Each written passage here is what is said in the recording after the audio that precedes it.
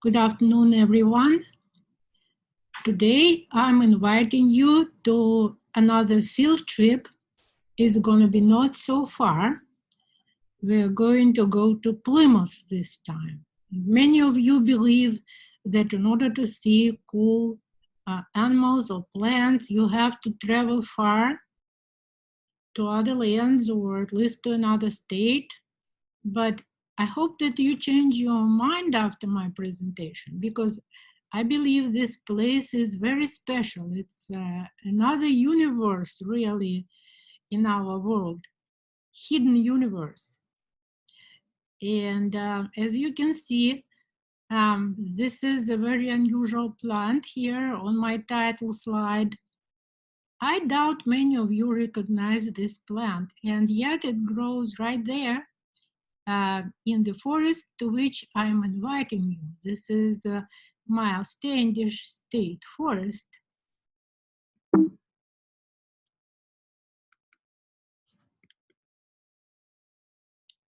So here we are. This is Cape Cod, and I'm talking about this green space. It's pretty large, 26 square miles. It's the largest publicly owned space in eastern Massachusetts. And this forest is also very special because it's a part of an ecologically different area. It's pitch pine woodlands, pitch pine forests that are distributed along the Atlantic coast of the United States and Canada. And they are distributed in quite substantial fragments. And this is one of those fragments, the largest one north of New York. So let's look at the tree that constitutes like the framework of this forest. This is pitch pine. This pine is, we have to pay attention to this pine because it's like a centerpiece of the community we are going to talk about. This pine, as you can see, is a little bit crooked. It's a character, and it's not very large. It's medium-sized tree, and its longevity is only 200 years, not so long for a tree. And the wood is not of the first quality either. But this pine was lucky because the industries were not after this pine. And so it survives better than white pine, which has been economically very important in the United States. Also, this pine is a pioneer tree. What do I mean by saying that? This has to do with plant successions. So if there is a major disturbance of a natural habitat, let's say there is a fire, or people came and took down the entire forest, then the plant succession sort of has to start from scratch all over again. The weeds come first, then come other grasses and herbaceous plants, then come shrubs, and then finally trees settle down in the area. And then there are trees that come first. And this is one of those trees that come first to newly developed areas. These trees are called pioneer trees. They're usually not very long-lived, as is this pine. So it survives in the area for some time, and then it gives space to other trees that are more adapted to the climate around surroundings, and they are longer lived. So that's what it is about the pitch pine. And when talking about it, we have to keep in mind always that this is a pioneer tree. Pitch pine forms in this large area, 26 square miles, this kind of forest. This is the so-called pitch pine scrub oak forest or pitch pine huckleberry forest. These are the three major players in this area. Pitch pine, scrub oak underneath and between, and huckleberry. So pitch pine is a very sun-loving tree, as any pine in fact. All pines are very sun-loving. And what do I mean by that? In fact, every single needle on a pine is not tolerant to shade. The pine can tolerate many awful environments, difficult places where other trees won't survive. But one thing it cannot tolerate is the shade. So when every single needle starts its life, it finds itself at the tip of the branch very well lighted. But then when branch grows, this needle finds itself deeper and deeper inside the crown till at last it finds itself in the area where there is not enough light. And that's why every pine loses a large chunk of its foliage every single year. In the fall, in October, starting in the end of September, into October and November. This is the period where all the rest of the leafy trees go yellow, but at the same time, many conifers, many pines go yellowing too, and people tend not to notice it. They call these pines evergreen, but when you ask folks, what do you mean evergreen? They believe that pine remains green all year round, which is actually not the case, as you can see. So that's what happens with pines, with pitch pines in October. And here there are two different pines, pitch pine on the right and white pine, different color, on the left. And you see that while pitch pine is yellowing, white pine is not. But that's not because it doesn't drop its needles. It's because these two pines do it at the different times. White pine is already done and it becomes green as ever after it drops all the yellow needles. And then comes the turn of pitch pines. Pitch pine yellowing period is later in the season, and that's why we can see the difference. And this photograph just proves what I just said, reinforces. You can see that this pitch pine is again green, as if nothing happened, but the proof that something has just happened is right there underneath the pine. There is this thick mat of dropped needles, or dropped yellow needles. And the date, as you can see, is November the 5th. So that's the end of this needle dropping season for the pitch pine. Also, this tree is quite unusual in its bark. The bark is quite spectacular and consisting of these huge, thick plates, quite unlike any other pine in the area, including white pine. White pine also forms plates on the bark, but not nearly as thick and rough as pitch pine. Here is another example. And these plates play a very important role because they protect the tender inner layer, the cambium layer, from any disturbances outside, especially from fire. So the bark can be even charcoaled on the outer side, but inside the precious cambium layer from which the pine produces increments of growth is intact totally. And more than that, the bark covers dormant buds. These are buds that are sleeping until a critical moment of disturbance, like a fire.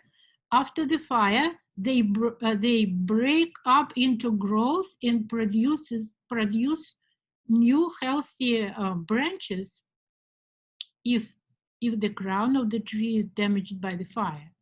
Just like this. Look at this picture. This is after a fire, a recent fire in this forest, and peach pines are rapidly recovering and regrowing, literally regrowing their crowns. This trick is unfamiliar to any other tree in our area. Not even any pine other than peach pine can do this thing, regrow an entire new crown. But if you read the caption to this slide, you'll also see that this is recovering after a prescribed burn. And what is a prescribed burn?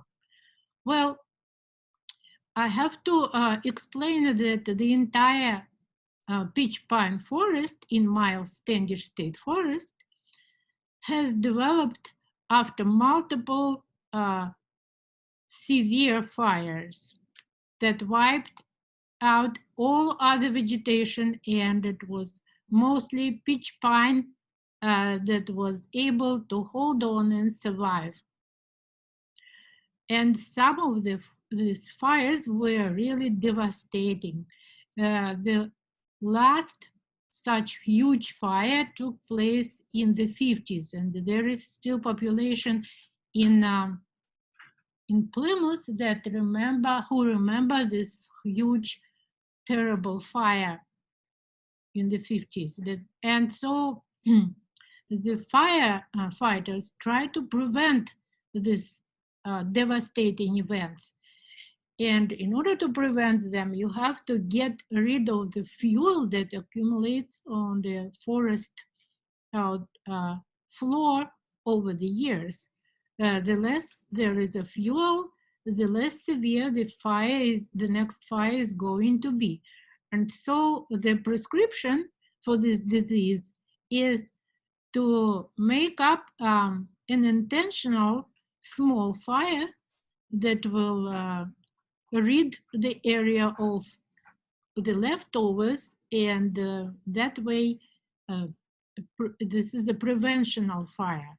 At the same time, it's good for the environment. It's not only for the people's safety, but it's also good for the environment, for the survival and the rejuvenation of all the plants in the forest, because it's not only the peach pine that is adapted to frequent fires, but also the rest of the plant community. The rest of the plants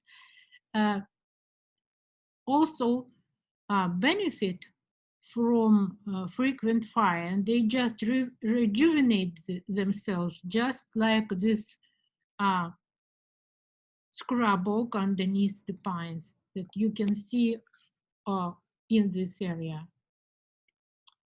Here is another example of a picture taken after a recent prescribed burn. And you can see that here at the front, there is a dead white pine, and here are two dead pines, which are red pines, yet another species of pine. But if you look at the peach pines, they are all doing very well, and they look green and bushy already, even though it's probably 2 or 3 months after the fire. And if you look underneath here, you can tell that scrub oak is also doing very, very well. So another interesting adaptation to fires in peach pine is the so-called serotinous cones. When you look at the peach pine crown, you usually notice very many cones, unusual amount. You don't see that many cones sitting in the crown in any other pine. And it keeps its cones over many years sometimes. Actually, there are two different kinds of cones. One kind is ripening in 2 years and disseminating seed immediately after ripe. But there is another kind, and those are called serotinals. Serotinals means late. So these cones just sit on the branch and they don't open and they don't do anything. They just wait. This is a reserve of the tree. And what happens during the fire is that they are subject to heat. And only after that they open and drop their seeds just like this. This is the cone, the closed cone, but it's ripe and not opening. And what happens after the fire is this.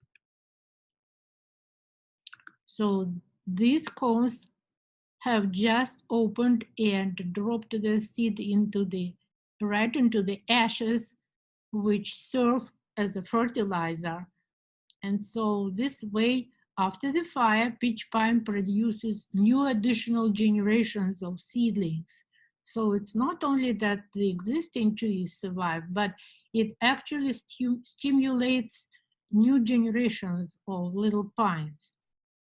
However, unfortunately, or maybe fortunately, but that's the way it is, this seed have a very small window to germinate because they are rapidly taken by all the animals, little rodents and birds that live in the forest. Uh, these are the pitch pine seed. They can fly a little bit on their wings, but not too far. And usually they fall off not far from the mother tree. And here is one of the consumers of pitch pine seed. This is a beautiful, colorful bird, eastern towhee. And this is a bird associated with early successional sites and particularly with pitch pine forest because its favorite food is pitch pine seed. And this bird spends a lot of time on the ground. It's nesting on the ground and it's collecting food by digging the forest litter with both feet. It's a very colorful and nice bird. So let's look again at the other player in pitch pine scrub oak community. It's scrub oak that produces this bright red color in the fall. This is the typical view in Myles Standish in November, when everything on the ground becomes very bright and colorful. Here are the acorns of scrub oak, Quercus ulcifolia, and acorns are ripening for 2 years. And you see this time it produces this orange color in the fall. So it can be different depending on the pH of the soil. Here is another example of a mature pitch pine scrub oak forest. And here is me in the middle of this scrub oak, just for you to get the idea of the scale. So this scrub oak is about man's height. Sometimes it gets high and becomes a little tree, but most of the time it's a very dense shrub. Now I want you to appreciate another very interesting habitat that hides there in between pitch pine forest chunks in Myles Standish. This community is formed by scrub oak and herbaceous vegetation. On the perimeter, you see a lot of scrub oak, but in the center of this little depression, there is nothing but grasses and other herbaceous plants. And this looks very unusual within the forest because it's so dramatically devoid of any trees. Now I have to explain how these communities come into being. They are actually our heritage of the Ice Age. When the glacier was retreating from this area,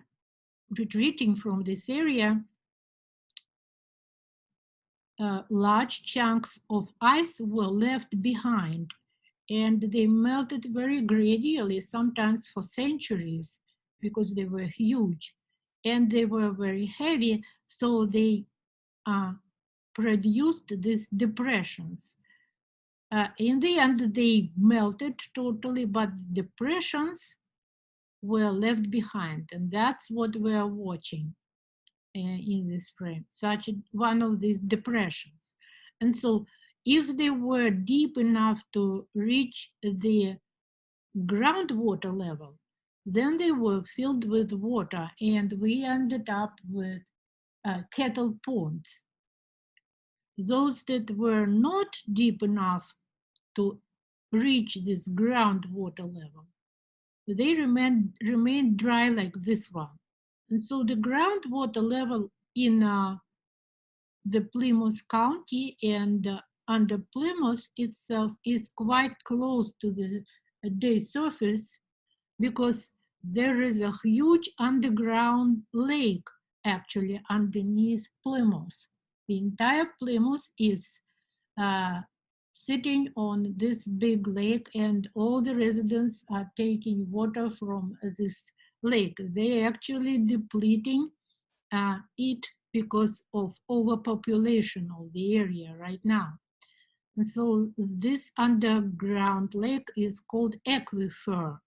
So when I'm saying reaching the groundwater level, I mean reaching the aquifer level. And that's how all the kettle ponds in the Plymouth area were formed. But we are now looking at these open areas that remain dry because they are shallow, not deep enough to reach the groundwater. And they are called frost bottoms if they are large enough, or frost pockets if they are smaller. So why frost? What does it have to do with frost? In fact, frost is the agent that keeps this area devoid of any tree vegetation. Because during the cold spills in spring at night, like about this time, I think today or tomorrow we are going to experience one of those. The temperature will be near freezing all of a sudden. So during one of all these cold nights in spring, the tender buds of trees and shrubs don't survive. They just try to open in April and then they get killed by the frost. Just like it happened to this pine. You can tell that this pine was trying to grow in the center of such a depression, and it wasn't lucky. I think the top was damaged by the frost at night during one of those cold spells, and it's going to die. And that's what happens with every tree and shrub in these frost-bitten pockets. So that's how they remain naturally free of trees and shrubs. And the shrubs can grow there, but only at the perimeter. You see how dense the vegetation of scrub oak is at the perimeter of this frost pocket. In the center, you can find very interesting plants that are typical for this forest too. These are those that don't like being shaded. Among them is wood lily, And mountain mint, these white sprouts underneath here are sprouts of mountain mint. It's a very aromatic, pretty herbaceous plant. There is spirea here high at the top, and blueberry and dewberry, and on the left here there is sweet fern. This is a shrubby plant, but this is a very little shrub that also can survive in this difficult situations, one of those few shrubby things. But this shrub cannot grow very high. It's actually not taller than all the herbaceous plants around here.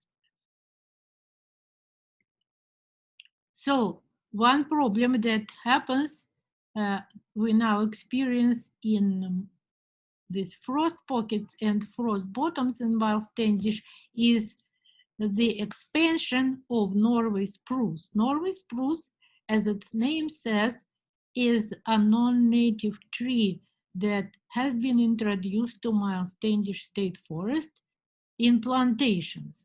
And now it escapes from plantations because it produces a lot of cones and seed and enters into these open spaces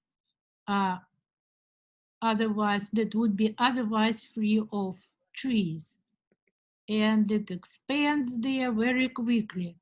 As you can see, even young trees of Norway spruce already produce cones because they are adapted to surviving for many years in the shade under bigger trees before they uh, try to produce their first cones.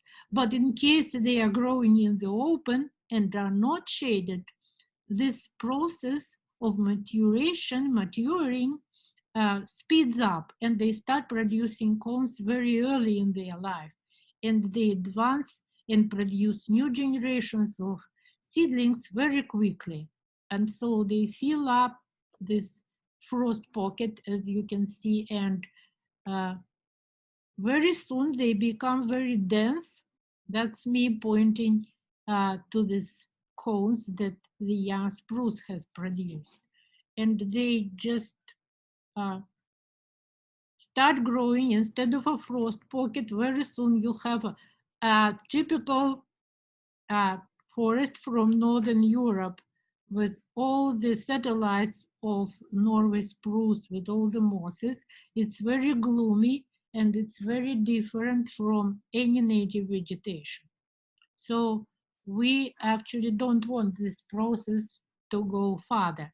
And so the DCR, Department of Conservation and Recreation, now has started a program, and they are trying at this, they are at the very start, but they are trying to get rid of Norway spruce in this forest. But going back to the scrub oak, I have to emphasize its importance in this plant community because very many animals depend on scrub oak. As you can see here, it's almost devoid of any leaves. All the leaves have been decimated by some ferocious caterpillars maybe, or maybe some other organisms, but it's still doing well. It doesn't mind having only half of the crown, and it still produces lots of healthy acorns. So this is a very interesting alliance of shrub that gives home, shelter, and food for many, many creatures in Myles Standish State Forest, in any pitch pine forest. For example, this one, these are caterpillars of buck moss. And buck moss is a very interesting moss. It is actually poisonous. You can see that the entire surface of every caterpillar is covered with these glands. these outgrowths, spines actually, but each spine is connected to a gland, a sac with poison. And so in the places where these caterpillars are much more common uh, than here in Massachusetts, people tend to hate them. For example, in New Orleans, where they have live oaks on the streets, and buck moth likes to reside on these uh, live oaks, people just hate this creature because imagine if you sit down on this poisonous caterpillars by mistake and they aggregate usually in large amounts, you are in trouble. But here in Massachusetts, we count them as a rare species. They are state listed and they have a category of special concern. These are the adult moths that are mating on a peach pine. And the date, as you can see, is October 15. In fact, they are called buck moths because uh, the time when they fly coincides with the hunting season, the deer hunting season. And they are very conspicuous. They belong to a nocturnal family. All their close relatives are nocturnal moths, but these ones fly during the daytime. Here's another inhabitant of pitch pine forest that totally depends on scrub oak. And it is twice dependent on scrub oak because this is a wasp of the family Cinipeda. That's a gall-forming wasp. It forms this when it oviposits into the catkin. The plant tissue starts to grow abnormally and forms this mass that doesn't look like anything like but normal. And this is actually the gall that is formed inside which the little larvae develop. And this is called woolly catkin gall because it's soft and looks as a chunk of wool. But this is only the first time that they oviposit their eggs and produce larvae during the season.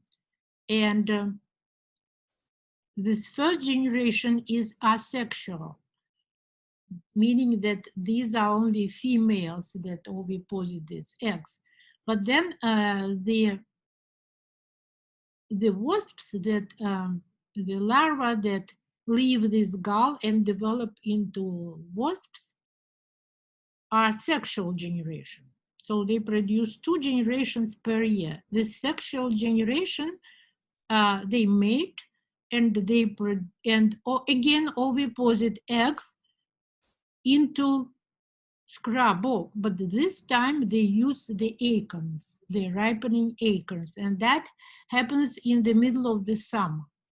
And the larvae of the second generation developed to the same time that oak acorns ripen. So it is, that's why I'm saying that it is dependent twice dependent on scrub oak. Both generations lay eggs on scrub oak. And I also wanted to show you another characteristic insect of pitch pine forest. This is red-headed pine sawfly. If you look at these creatures, perhaps some of you think they are caterpillars, but they are not. They are actually sawflies, and sawflies are profoundly different from caterpillars. Caterpillars produce moths, right, or butterflies when they develop. They are larvae of butterfly, and sawflies when they mature, the imago are more akin to wasps. They are in the same order that the same order as wasps. So these are larvae of these sawflies, and they are called sawflies because their ovipositor, this instrument with which they lay eggs, is shaped like a saw, and hence the name. But these, as you can see, are very gregarious. They come in large herds, and they can totally decimate an entire tree and kill it.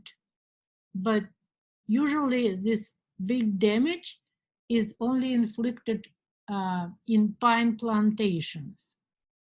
They can ruin the entire pine plantations. But in the wild, they are not as bad, and they are just another component of nature.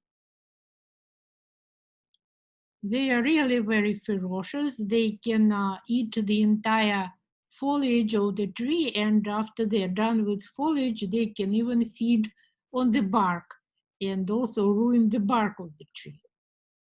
So they are very determined insects. Now let's look at another picture that depicts situation after the fire.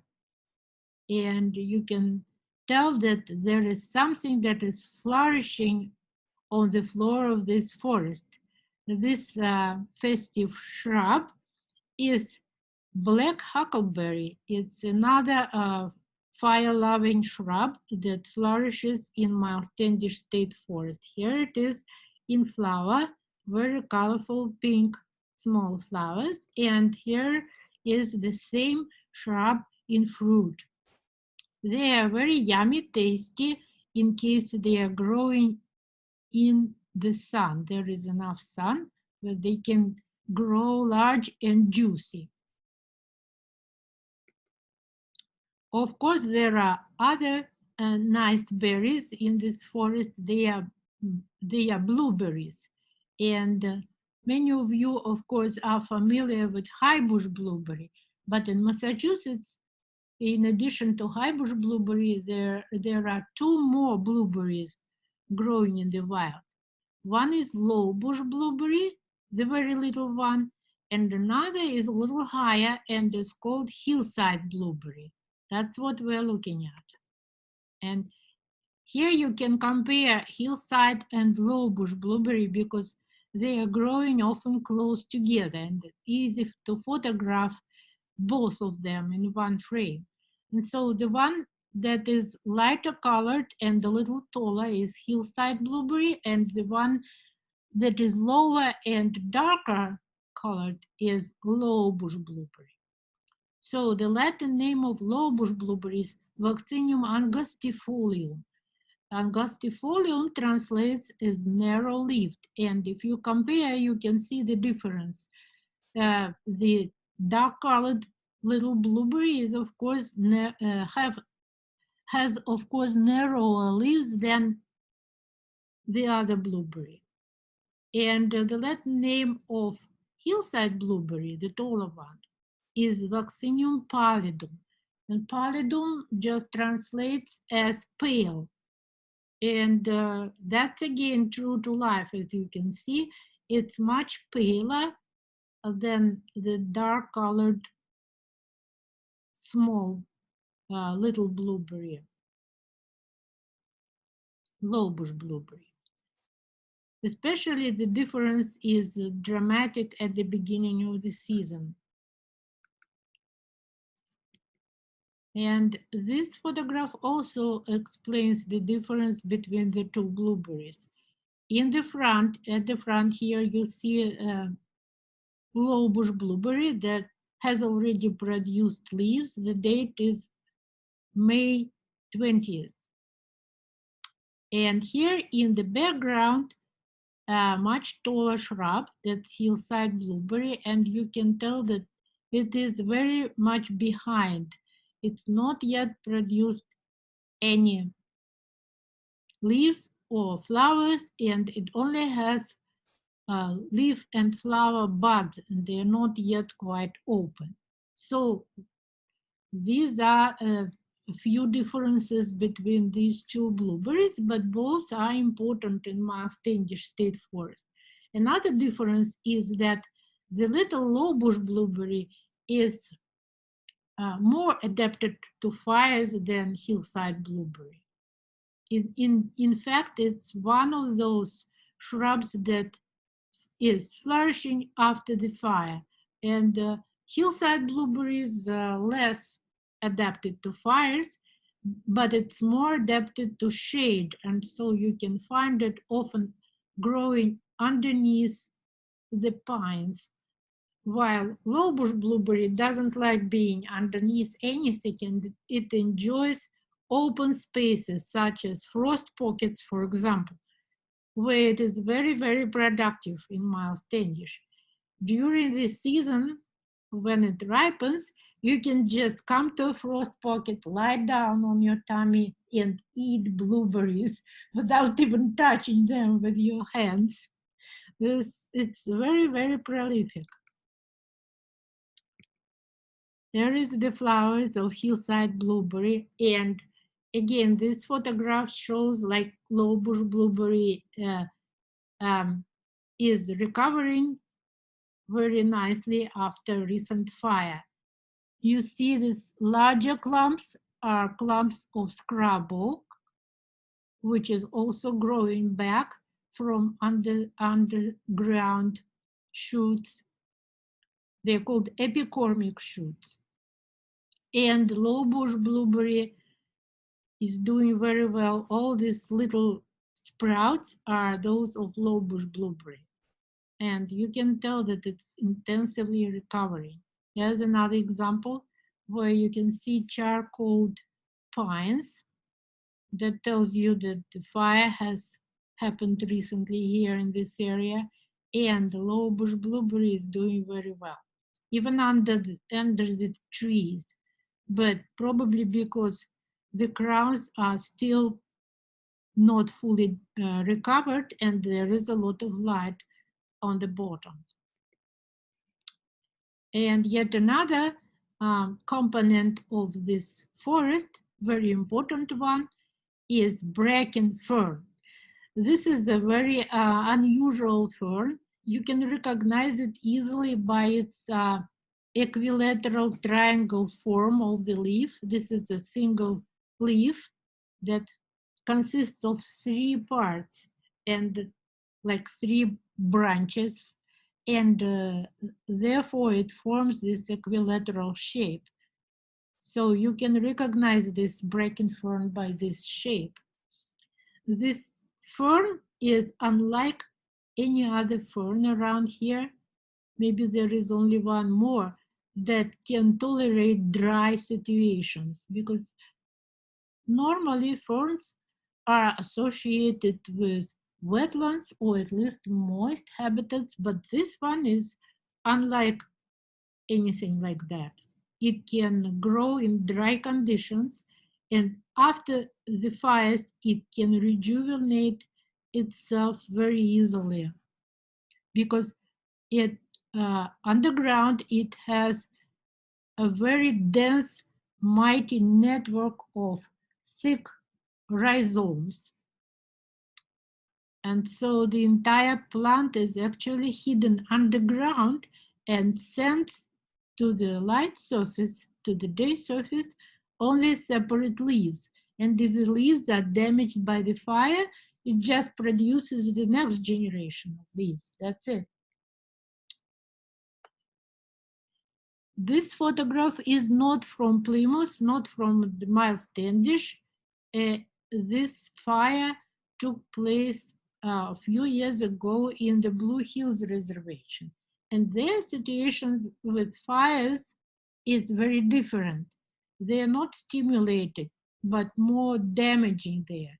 And they are not intentionally set up, but it's just a matter of human negligence. Someone dropped a cigarette perhaps, and an entire large area of the forest uh, turned out to be on fire.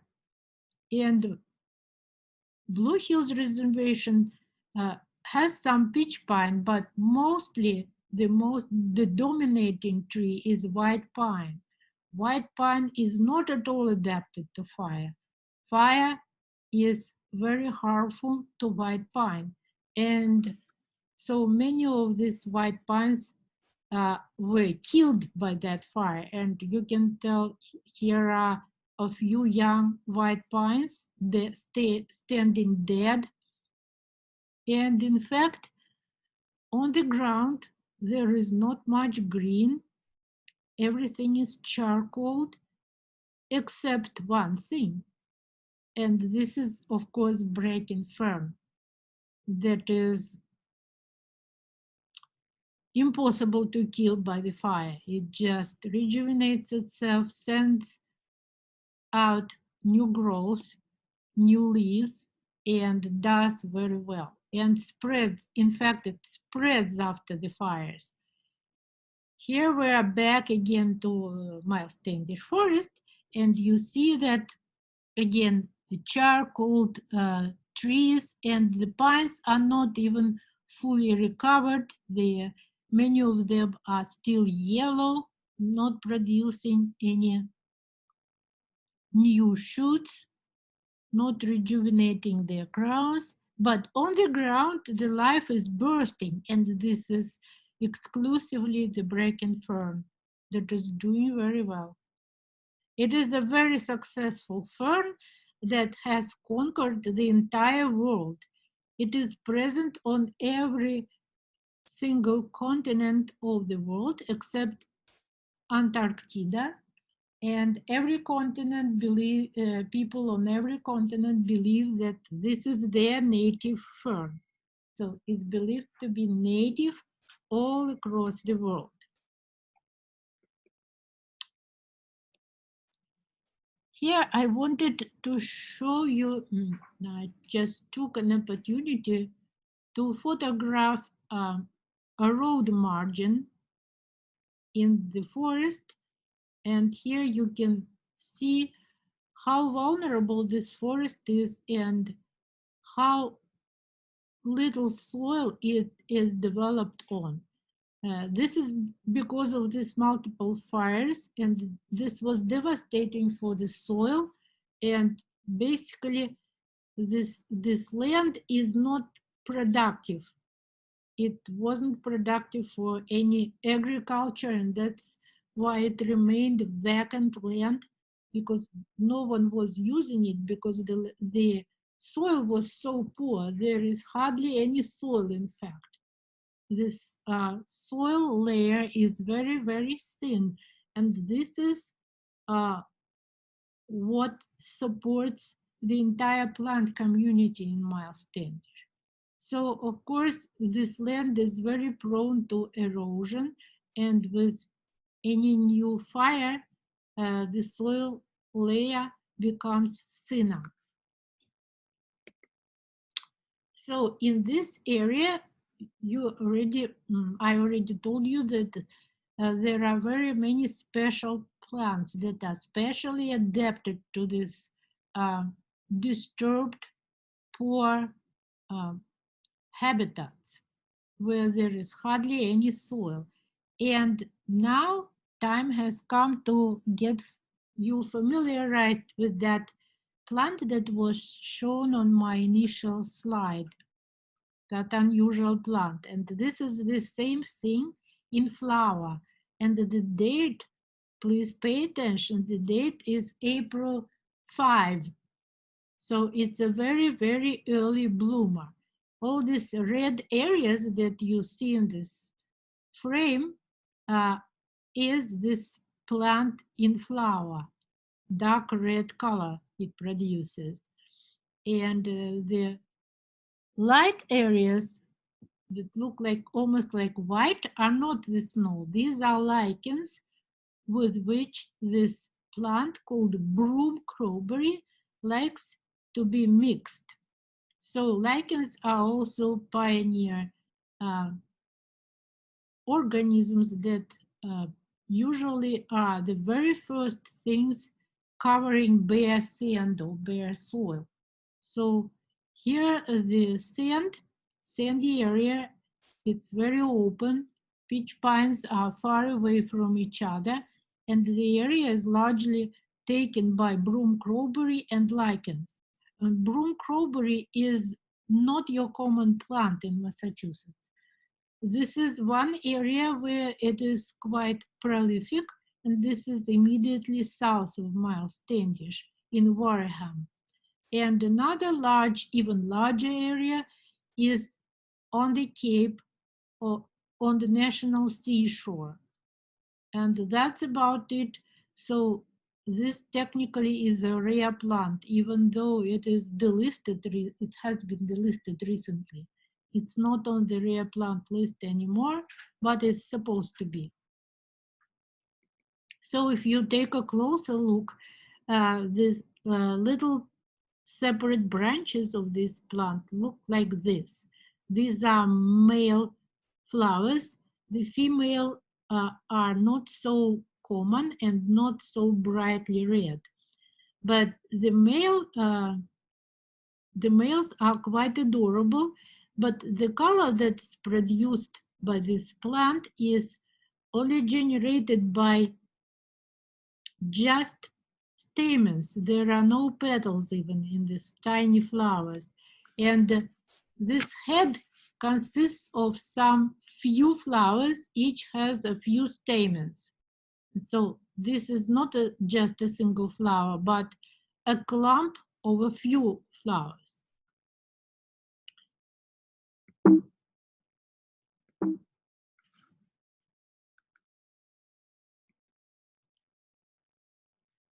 This is the same plant, these green areas in between scrub oaks and pitch pines are actually broom crowberries.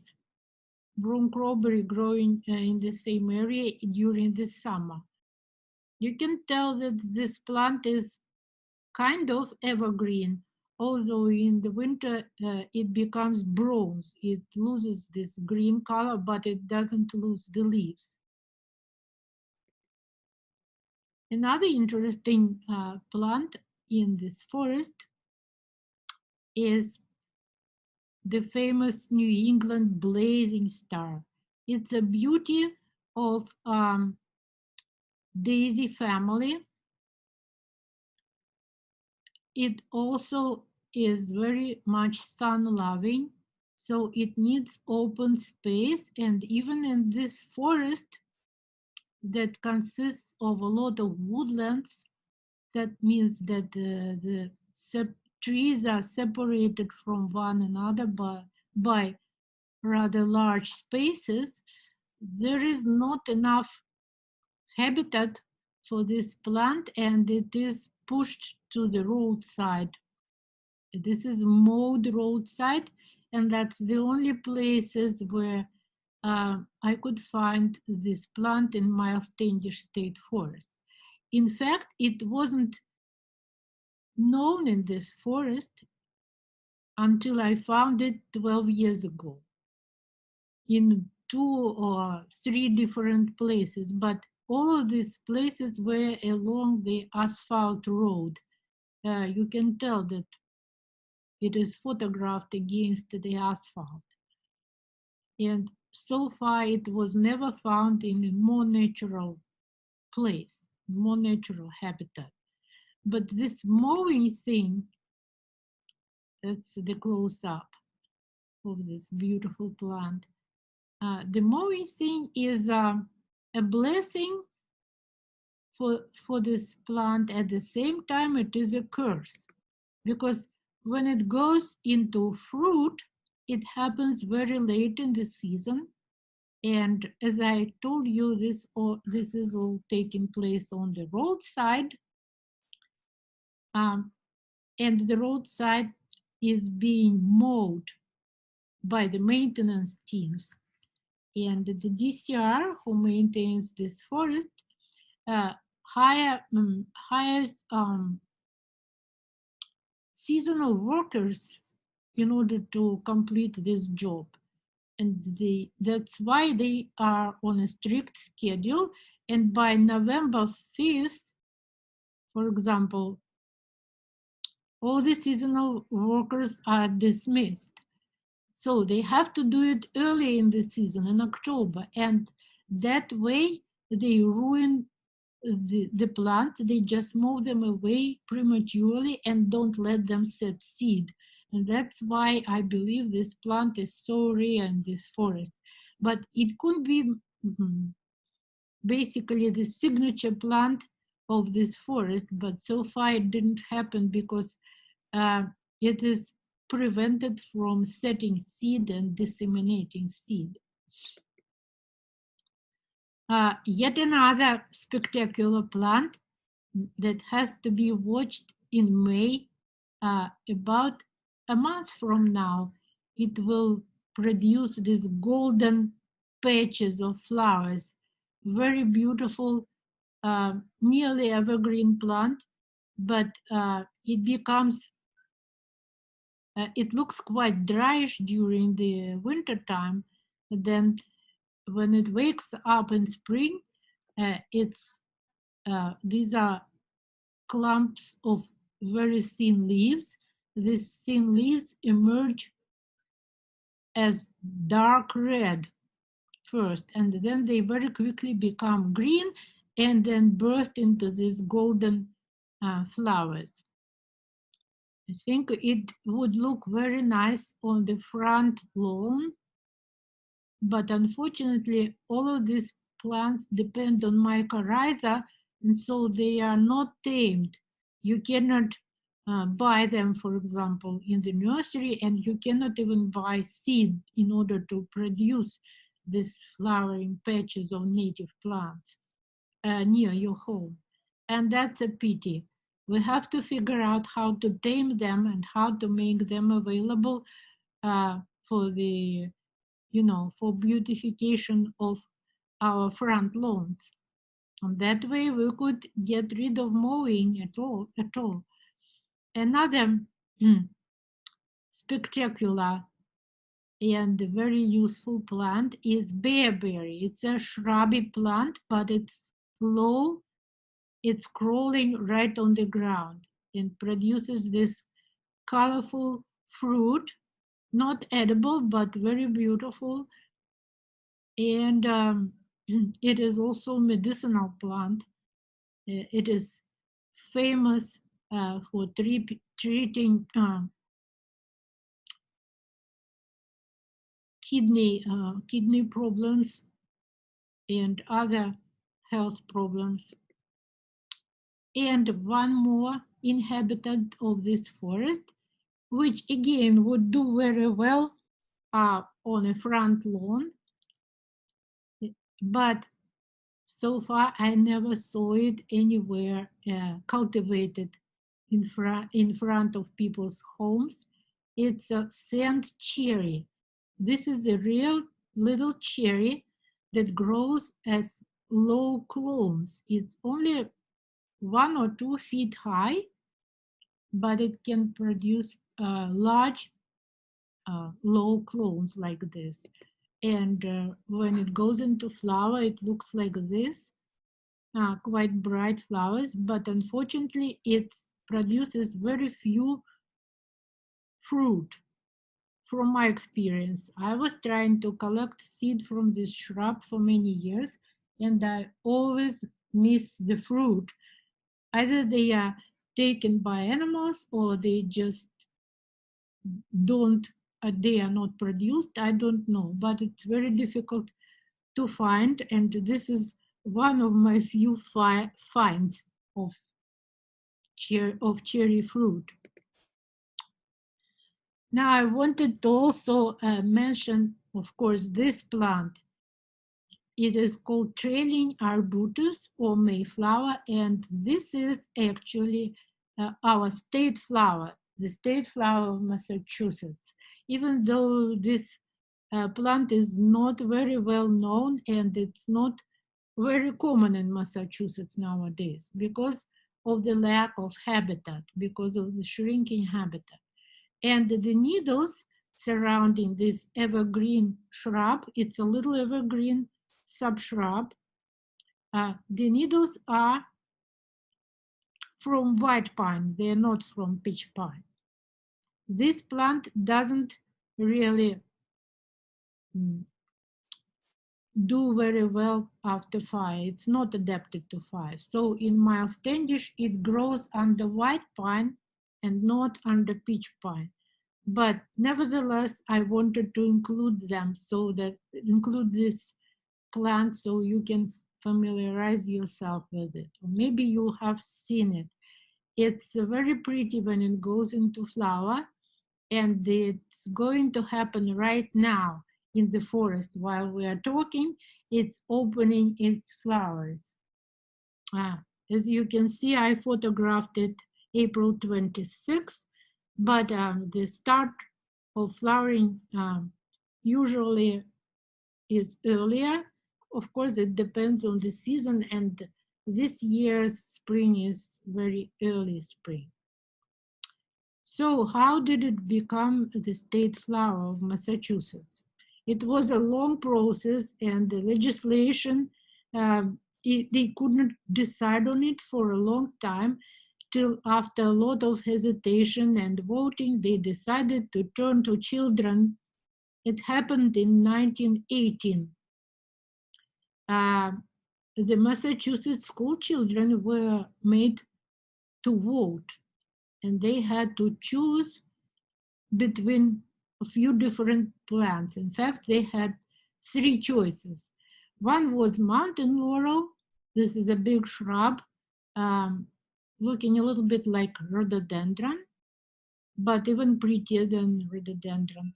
Then water lilies and Mayflower, and the children chose Mayflower, and so that happened in 1918, and since then this plant is covered by a special law in Massachusetts. No one can touch it, disturb it, rip it off, or damage in any way. And there is a fine or even imprisonment for doing this as a punishment. Only I should say the fine is only $5, because it didn't change, the amount didn't change since 1918, when it was a substantial sum of money. Now, let's go back to the pitch pine forest.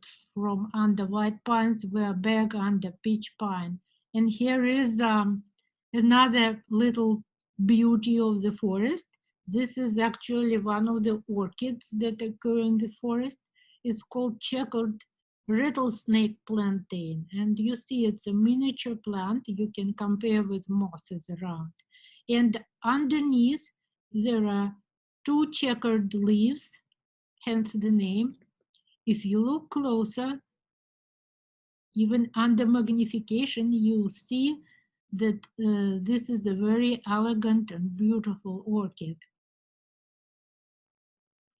of dry habitats under pitch pine. Then there is this festive plant that goes into flower during the festivities on July 4th. Usually it breaks into flower on July 4th, and it's called goat's rue because it's poisonous to cattle and to goats. Tephrosia virginiana. This is a plant from pea family. And this very special violet, it doesn't really look like a violet until it starts flowering. The leaves don't look like any other violet. And in fact, if you just see the leaves, you'll never guess that this is a violet. And because the leaf is so lobed, it reminded someone of a bird foot, and hence the name bird foot violet. Another interesting feature of this violet is that it's capable of flowering twice a year, and the second time it can flower in the fall, in September. So this photograph was taken in May, but another time to see it in flower is September. That's how leaves of birdfoot violet look when it's just emerging in spring, about this time of the year. And you can tell that the leaves are very unusual for any violet. There is no other violet in Massachusetts that looks like that. And also, this birdfoot violet used to be much more common across Massachusetts, but right now you don't see it around at all, except Myles Standish State Forest, where it is like dirt under your feet. It's very common, really. But if you step outside Myles Standish, you will not find it. Even elsewhere in Plymouth, it is becoming rapidly quite rare. But in Myles Standish, it is flourishing. Now, our conversation is now coming to an end, and at the end, I want to ask myself and yourself this question. So, we now know that pitch pine is a pioneer tree. It's not long-lived. It carries along with it a whole suite of different plants that are also fire dependent, and they come with pitch pine and remain with it during the entire lifespan of the pine forest. But the plant succession is going on, and pines give way to oaks, to red maples, and other trees. Even in Myles Standish, in the areas where the fire hasn't been occurring for a longer time, you can see that this succession is going on. And so my question is, what would that forest, what would that area look like if there were no fire at all during all these years? Well, this question is more like theoretical exercise, but actually the nature has set an experiment for us, and we can look at the result of this experiment. This map I'm showing to you is a map of a group of lakes immediately east of Myles Standish, between Route 3 and Myles Standish territory. And the largest of these lakes are Long Pond and Halfway Pond. In the Halfway Pond, you can see a big island shaped almost like Italy. And this is a privately owned land, but the owner once let me have a glimpse of this land, and we took a boat and sailed to this island.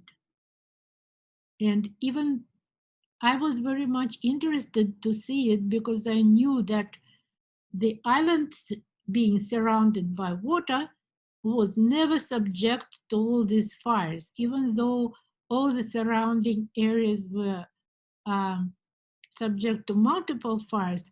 This forest on the island was never ever burned. So let's have a glance of what is there on that island. Here you go. Here is a forest that has nothing to do with Myles Standish State Forest and looks much more like the forests elsewhere in Massachusetts. Here you see yellow birches and red maples and a few different oaks. There is, of course, Tupelo, Nyssa sylvatica, and This tree at the very front and another couple trees in the back are American hollies, the trees whose foliage often is used as Christmas decorations. So even American hollies survive on this island in large amounts. Also, there is a lot of beach on the island. So this actually proves that this stage of pitch pine is not a long-lived stage, and it's going to give way to other types of forest soon. But the maintenance nowadays tries to kind of prolong this stage of this early successional habitat, because early successional habitats become more and more rare in Massachusetts. It's considered a rare plant community, and I'm not sure that this artificial approach, trying to artificially prolong the life of this pioneer tree and pioneer habitat, is going to succeed. But that's what people are trying to do when it comes to maintenance of Myles Standish State Forest. Well, let's think about it. And at this moment, I'm going to wrap my presentation. And I promise to you to come back with another story about another place in Massachusetts, in Eastern Massachusetts, pretty soon. Bye now.